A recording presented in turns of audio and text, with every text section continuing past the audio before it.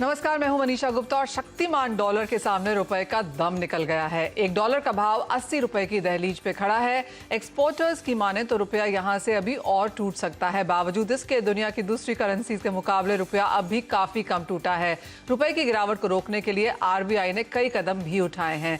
रुपए में गिरावट से आम आदमी को क्या फायदा नुकसान है, आज के स्पेशल शो में हम इसी पर करेंगे बात। रुपए में गिरावट कितनी बड़ी आफत। हमारे साथ जुड़े हैं इक्रा के chief economist Aditi Nair, greenback advisory के डायरेक्टर सुब्रमण्यम शर्मा और निर्मल बैंक कमोडिटीज के वीपी कुणाल शाह। आप सबका कार्यक्रम में स्वागत है। मिस्टर शर्मा, आपसे शुरुआत करना चाहेंगे। और जिस तरह से रुपए की गिरावट हमने इस हफ्ते में और भी गहराते हुए देखी है, जहां पर ऑलमोस्ट 80 का स्तर यहां पर रुपए ने छुआ है, सबसे पहले तो क्या फंडामेंटल्स फैक्टर्स आप यहां पर देखते हैं? क्योंकि चाहे वो इन्फ्लेशन की चिंताएं हैं, डॉलर इंडेक्स जो कि 20 साल के हाईज पर है, और रिसेशन की चिंताएं जो बाजार को अभी भी घेरे हुए हैं, सभी फैक्टर्स ने यहां पर अपना काम किया है। लेकिन आप सबसे बड़ा ब्लेम यहां पर किस पे डालेंगे?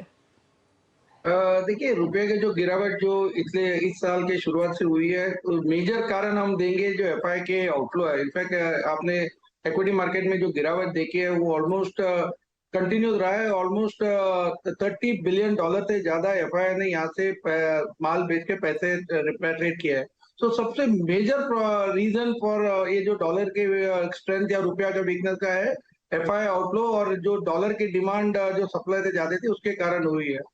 दूसरे ऑफकोर्स ये फंडामेंटल फैक्टर ये भी है कि इन्फ्लेशन जो रशिया यूक्रेन वॉर के कारण जो सप्लाई चेन में जो डिसरप्शन हुई है उसके कारण ये जो इन्फ्लेशनरी फैक्टर है, ये क्रूड के भाव बढ़ गए। और इंडिया में क्रूड के जितने भी भाव बढ़ते हैं उसके इम्पैक्ट डायरेक्ट आती है, और वो इन्फ्लेशनरी प्रेशर, रेट हाइक और ये जो फंडामेंटल फैक्टर्स के भी कारण रुपये में वीकनेस। तो ये दोनों फैक्टर मेजर फैक्टर जिसके कारण रुपये में हमने ये जो 6-7% के डिप्रिसिएशन हमने देखे हैं। तो मिस्टर शर्मा, जिस तरह की गिरावट हमने रुपए में आते हुए देखी है, और पहला सवाल क्लियरली सीधा सीधा यही बनता है कि 7.5% की गिरावट हम रुपए में डॉलर के सामने इस साल में ऑलरेडी देख चुके हैं। फंडामेंटल्स बहुत ज्यादा चेंज यहां से इस क्वार्टर में भी होते हुए नजर नहीं आते। तो क्या व्यू है, कितनी और गिरावट की तैयारी यहां पर रहनी चाहिए? तो अभी जो ओवरऑल सिचुएशन जो है काफी चेंज हुई नहीं है। इनफैक्ट आप कल देखे यूएस के जो जून इन्फ्लेशन काफी ज्यादा आ गया, 9.1%, जो 40 ईयर हाई के हिसाब से आई है। तो उसके कारण जो यूएस में रेट है कि जो वो 75 बेसिस पॉइंट की बात हो रही थी वो अब लग रहा है कि 1% होगी। और नॉट ओनली ये जुलाई के मीटिंग में रेट हाइक होगी, आते मीटिंग में भी वो रेट हाइक होगी जो काफी बड़ा रहेगी। तो इस ये जो डॉलर जो रेट हाइक के कारण जो बेनिफिट जो यूएस एसेट्स में मिल रही है उसके कारण काफी आउटफ्लो हो रही है। तो ये जो आउटफ्लो रिलेटेड रुपी डिप्रिसिएशन रहेगा। और चीज अभी रुपया जो एक अनचार्टेड टेरिटरी, एक न्यू लेवल में गई है। यहाँ से लेवल कोई भी लेवल बात कर, लोग 82 83 की बात कर रहे हैं, लेकिन मेरे हिसाब से जो आरबीआई जो मेजर्स लाए हैं, जो इंटरवेंशन कर रहे हैं, इनफैक्ट आज भी रुपया 9 ऑलमोस्ट 80 टेस्ट किया, लेकिन 80 टच जो 79 99 से फिर के 79 87 के आसपास आई है। तो आरबीआई अपने काम कर रही है, जैसे इंटरवेंशन कर रही है, काफी मेजर्स अनाउंस किए हैं। और ये रुपया इनवॉइसिंग इन आईएनआर जो बात कर रहे हैं वो भी मेजर्स के कारण रुपए के जो प्रेशर है वो कम हो सकती है। सो आरबीआई अपने हिसाब से मेजर्स ला रही है, फंडामेंटल अपनी तरफ खेल रही है, और ये जो टेक्निकल एफआई आउटफ्लो है वो एक तरफ। तो ये सारा एक मिक्सचर के कारण रुपये में एक मूवमेंट आ रही है। लेकिन ये जो रुपया का जो डिप्रिसिएशन हम देख रहे हैं ये काफी कम है। जो इस कॉम्बिनेशन के कारण जो डिप्रिसिएशन है काफी कम है मेरे हिसाब से। ओके, तो मिस्टर शर्मा को लगता है कि 83 84 किस तरह इस साल में यहां पर देखने को मिल सकते हैं? आदित्य, आप कैसे देखती हैं? क्योंकि चाहे वो इक्विटी सेल ऑफ की वजह से आउटफ्लोज हैं, इन्फ्लेशन फैक्टर्स हैं, क्रूड की वजह से, या रेट हाइक्स हैं जो और एग्रेसिव होती हुई नजर आ रही हैं, ये कुछ एक फैक्टर्स हैं जिसका इंपैक्ट हमने करेंसीज पे आता हुआ देखा है। आप कैसे देखती हैं आरबीआई के मेजर्स को, चाहे वो एनआरआई डिपॉजिट्स हैं या फिर जो बॉन्ड परचेजेस हैं एफपीआईज के लिए, वो कितना यहां पर रुपए को सपोर्ट करता हुआ दिखता है? कितना डॉलर इनफ्लो आप उस वजह से देखती हैं?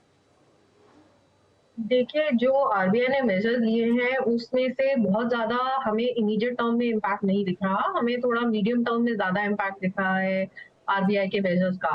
लेकिन एक फैक्टर और है कि जिस तरह से अमेरिका के यूएस सीपीआई इन्फ्लेशन में हमने बढ़ोतरी देखी और उसके बाद और भी ज्यादा रिसेशन के फेयर्स बढ़ गए हैं, कमोडिटी प्राइसेस में करेक्शन हुई है, तो हमें लगता है कि इन्फ्लेशन रेट्स जो हैं वो अब आगे आने वाले महीनों में अमेरिका में भी और इंडिया में भी दोनों में थोड़ा घटना शुरू हो जाएंगे। और हमें लग रहा है कि मॉनेटरी पॉलिसी में क्या होगा कि aggressive front loaded rate hikes होंगी, लेकिन वो उतनी लंबी शायद नहीं खींचेंगी जितना पहले लग रहा था, क्योंकि इवेंचुअली कमोडिटी प्राइसेस जो करेक्ट हो रहे हैं वो इन्फ्लेशन में फीड थ्रू होंगे, तो उसकी वजह से रेट हाइक जल्दी होंगी, लेकिन शायद थोड़ी जल्दी थम भी जाएगी। इस वजह से हमें लग रहा है कि आईएनआर में और थोड़ा अभी डिप्रिसिएशन तो रहेगा, और 81 का लेवल तो बहुत ही पास लग रहा है। क्या 82 83 पे जा सकता है, अभी मैं ये एक गेस हैजर्ड नहीं करना चाहूंगी, क्योंकि आरबीआई ने अभी भी काफी रिसेंटली ही मेजर्स अनवेल करे हैं। और साथ ही साथ कमोडिटी प्राइसेस के करेक्शन से हमारा जो करंट अकाउंट डेफिसिट है, मंथली ट्रेड डेफिसिट फिगर्स हैं, उनमें भी आगे जाके थोड़ा बहुत गिरावट आएगी। इस साल जिस तरह से हमने मैक्रोस को देखा था वो यही था कि डोमेस्टिक डिमांड ग्लोबल डिमांड से ज्यादा स्ट्रॉन्ग रहेगी, और इसलिए हम इम्पोर्ट के बिल में हम ज्यादा ग्रोथ अज्यूम करके चल रहे थे एक्सपोर्ट के बिल से। तो अगर कमोडिटी प्राइसेस कम होती है तो वो भी हमारे करंट अकाउंट डेफिसिट को बेनिफिट आगे जाके करेगा। यस, एक्सपोर्ट ग्रोथ और भी कम होगी जितना हमने अज्यूम किया था, लेकिन क्योंकि कमोडिटीज ने प्राइसेस ने इम्पोर्ट बिल को बहुत ही एलिवेट करा हुआ है, तो वहां पे भी एक पॉजिटिव रुख देखने को मिलेगा। इसलिए हमें लगता है जो पेन है वो अगले 1-2 महीनों में शायद चलेगी, लेकिन it's not a one way street. हमें लगता है H2 में, स्पेशली अगर रशिया यूक्रेन कॉन्फ्लिक्ट में थोड़ा चेंज होता है, तो हो सकता है कि ग्लोबल सेंटिमेंट इतना नेगेटिव ना रहे, और साथ ही साथ जैसे inflation readings finally peak of होकर नीचे आनी शुरू होंगी, तो मुझे लगता है कि इमर्जिंग मार्केट करेंसीज पे भी इम्पैक्ट आएगा। ऑलराइट, यानी कि जो पेन पॉइंट्स हैं वो अगले 2 महीने में जारी रह सकते हैं, और 81 83 जैसे स्तर शायद हम यहाँ पर रुपए में देखने को मिलेंगे। कुणाल, आपसे भी वही सवाल है। एज ऑफ नाउ कंसेंसस वही है कि यहाँ गिरावट और जारी रह सकती है। आपको क्या लगता है रुपया यहाँ पर कहाँ तक गिर सकता है? जी, मेरा व्यू ऐसा है रुपी को लेके, इंडियन रुपी को लेके, the worst for the India is already gone, क्योंकि हमने हाईएस्ट प्राइस, सो ये जो मैं अभी जो व्यू दे रहा हूँ उसमें फिर से ऑयल $120-25 होता है, so then the entire view goes for a toss. But if oil is contain, it's not moving above 100-105, तो ऐसे हालात में इंडिया के लिए worst is definitely getting over. ये जो भी एग्रेसिव टेपरिंग होने वाला है नेक्स्ट 1 से 2 महीने में, या इंटरेस्ट रेट हाइक होने वाले हैं, ये करेंसी मार्केट पहले से ही at dollar index, can anybody imagine 109? Yesterday we saw levels of 109. So from 97 we are right now at 109. So ऐसे ही अगर डॉलर इंडेक्स अगर कमजोर स्ट्रॉन्ग कंटिन्यूस होते रहता है, फॉर एग्जांपल समझिए 112 115 हो गया, so what will happen to the overall credit in the market, overall liquidity. So ऐसे हालत में तो रिसेशन बहुत, Fed is inviting the recession to come as fast as possible. So मेरा मानना ऐसा है, एक बार पैनिक में रुपी मैक्सिमम मुझे 80-60 या 80-70, उसके ऊपर मुझे नहीं लग रहा है रुपी। 83 इज टू फार फेच, और मेरी राय में इन्फ्लेशन ऑलरेडी पीक आउट हो गया है। 2 दिन पहले जो डेटा आया था उसमें इन्फ्लेशन की ट्रेजेक्ट्री जैसे धीरे धीरे नीचे आएगी, बट ये इन्फ्लेशन कोई 5% होने वाला नहीं है नियर टर्म में।